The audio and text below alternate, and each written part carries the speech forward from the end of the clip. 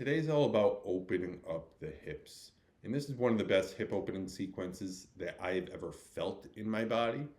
And so that's the key. It's like when you get done and how open your hips will feel, how much more mobile you will be, and how much less tension you will have, even in the back, up the spine, or even down to the knees, right? The hips, when they get tight, they create so much tension upstream and downstream from that area.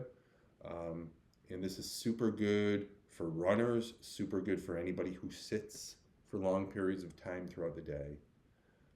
And so, with that said, let's go ahead and get started. Placing the knees under the hips, hands under the shoulders here. And when we arrive in our all fours, we just gently sway the body side to side. Just taking this moment as we were in our cross-legged seat, just finding the weight evenly between the hands and the knees, perhaps lifting up a hand and the other. And then we begin to find some stillness here. So on the inhale, we drop the belly, we gently arch the spine, and exhale, we press the earth away as we round from the sacrum through the crown. So inhale, the elbows wrap in as we screw the hands into the mat. So the fingers may turn out slightly as we gently pull the ground towards us. So we lead the heart forward, arching the spine as the chin lifts up. Exhale, we press the ground away. Round from the tailbone through the top of the head. So breathing and pulling the ground forward. Elbows wrap in. Breathing out, we push the ground away. Round the spine as we drop the chin. So inhale, just one more like that. And exhale. So on the next inhale, we'll just tuck the toes. The hands may walk, crawl forward just a couple of inches, but the elbows are bent. And the knees are going to stay bent as we press into our spongy down dog here. So we're screwing the hands into the ground so the elbows wrap in. And then we just press up. Gentle bend to the knees and elbows. We'll gently straighten the left leg, then the right, just pedaling out the feet, allowing the head to be heavy, the shoulder, the neck, the jaw to be soft. So on the next inhale, with the bent elbows, bent knees, we're going to sweep the right leg to the sky. And we're going to bend the knee, stack the hip. And exhale, we're going to rainbow the knee to the right tricep. So if this is too much, option to just stay in down dog.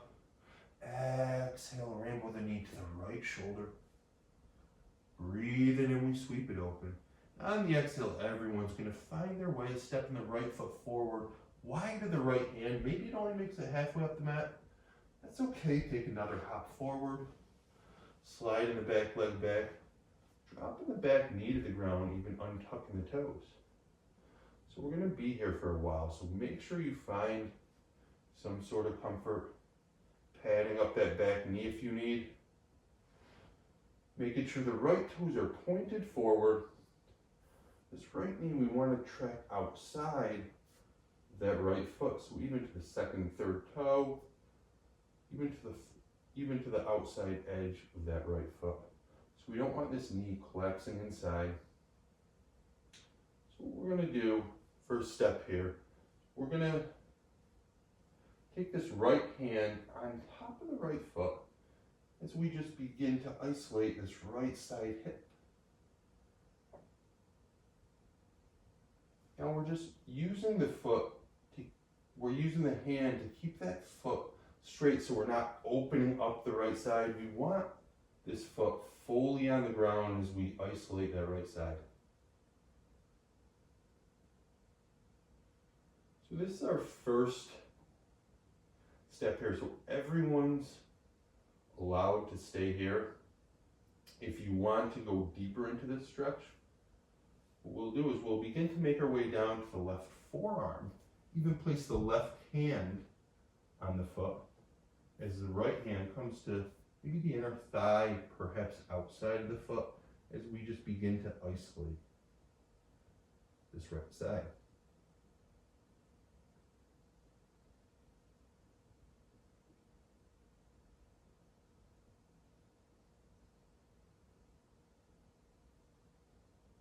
So a lot of these hip exercises that we're going to do in this class, you're going to be able to see immediate results in the openness of your hips. So if you stick with it today, you're going to see some drastic change in some of the external rotators of the hip. I mean, too often people stand with kind of the feet, the toes pointed outward, so we have this collapse of the inner arch, this collapse of the medial side of the knee, this impingement of the hip. So if we can keep the toes pointed forward, we can open up some of this stuff inside here. So the next step, if you stay there if you choose, or even turn the entire belly button over that foot as we begin to come down onto that right side. Still oscillating that right side hip, just some gentle circles.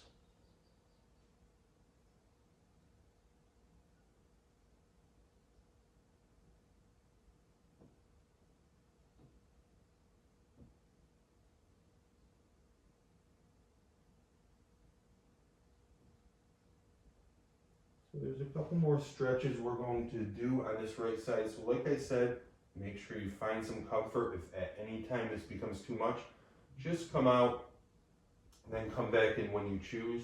So we'll take this left hand way over to the left side. So we're leaning to the left.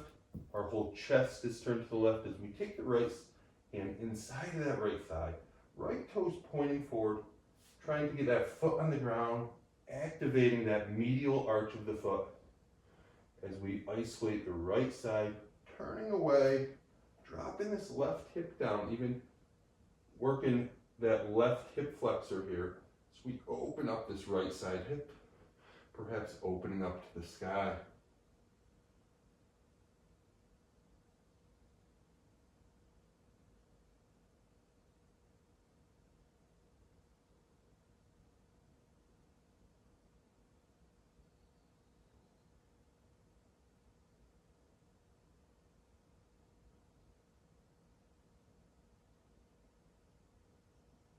So we're going to be here a few more moments. So just do the best you can to stay with it. We're really going to be able to show immediate results in some of this hip. And a lot of times people are afraid to push on some of this and open up the knee to the side. But from what I've seen from everybody I've worked with is that this is actually good to be able to open up some of the tissues. And the knee joint allows for some side-to-side movement as well. So it's okay to get here inside of the thigh and really work that out so that we can release some of this junk here in some of the hip joint, in some of the external rotators of the hip, which are in the glute. Then we'll come back, we'll find our way through center here. And as we do so, we're just going to allow that foot to open up this time. So allow that knee to really open up. And you can stay here forward, or you can begin to turn the chest over that right side leg. Begin to make your way down towards the earth, towards the floor. You can use blocks if you need, or stay high in the hands if you choose. But stay wherever you need to be at this moment.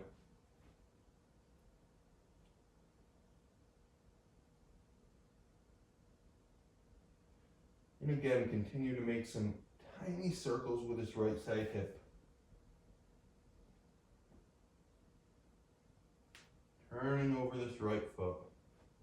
Really opening up. You can even place this right hand on that inner thigh. Once you make your way over that knee, perhaps the fingers start to come over. So you're framing that right side knee and the chest comes over that knee. As you gently isolate this right side hip, really opening up that right side.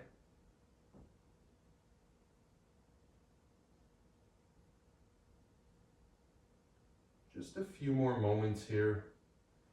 We're going to make our way back through center. So we tuck the back toes, lift that back knee off the ground. We're going to slide this right foot back, step it back, place it on the ground. So really take a few moments here to move how you need to move. Perhaps you even want to circle this right hip a few times, or the left.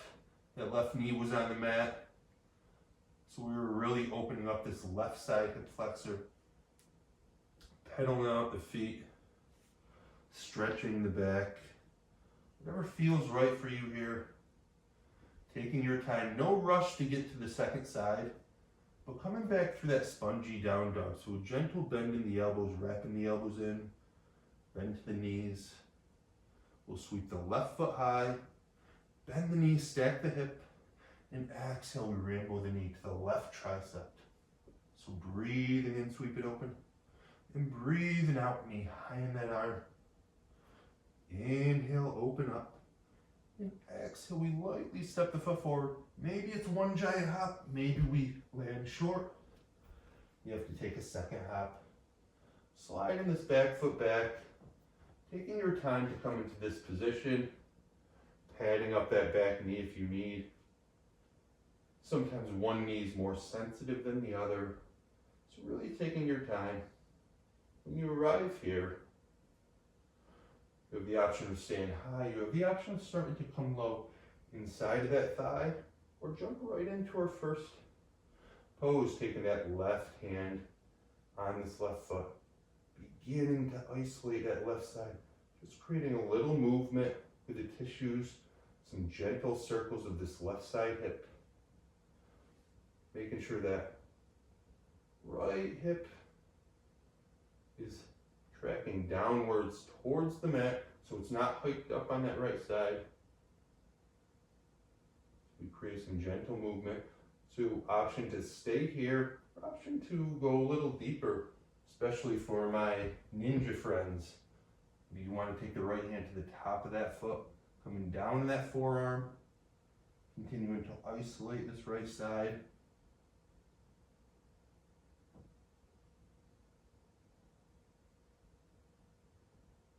Perhaps you want to start turning the chest over that left foot. Keeping the right hand on the foot, opening up that right side, coming as low as you choose, or staying as high as you want.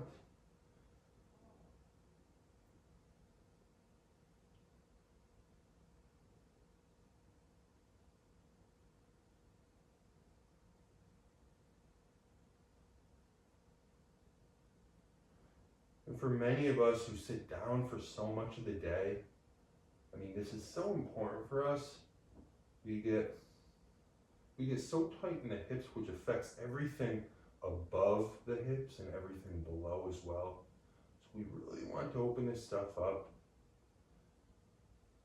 I think the second part really is working on posture, sticking with your posture. Stop turning the toes outward. See if you can point the toes forward. See if you can have 60% of the weight in the heels with only 40% in the toes. See if the head can be stacked over shoulders, over ribs, or pelvis.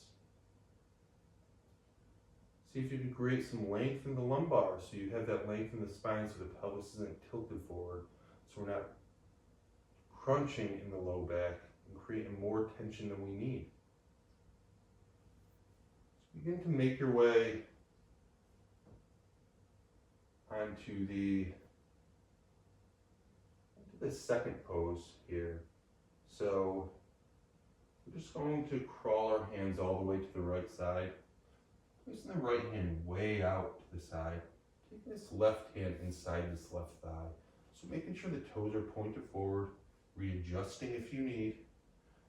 To gently work this left hand inside that left thigh, trying to keep that big toe on the mat as we isolate that left side hip. Looking away to start. And if you choose, you can begin to open up towards the sky.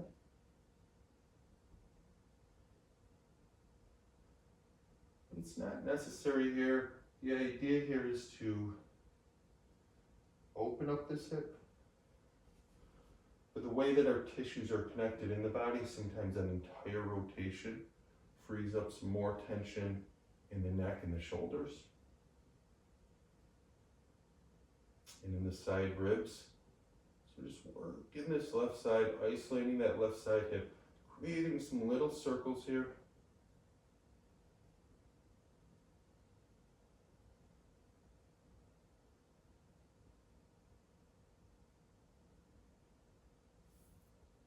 So taking your time to come out of that, we're going to come into the third final stretch here, allowing that knee to fall outward.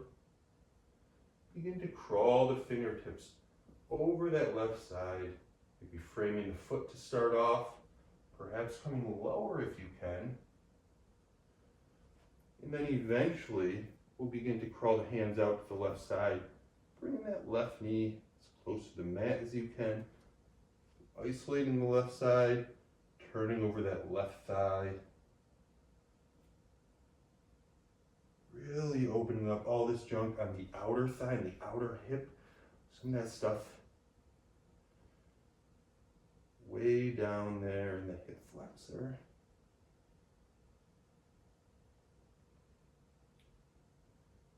Open up this hip. We should see immediate results after standing up from this, or after retesting perhaps a squat or any other running pattern.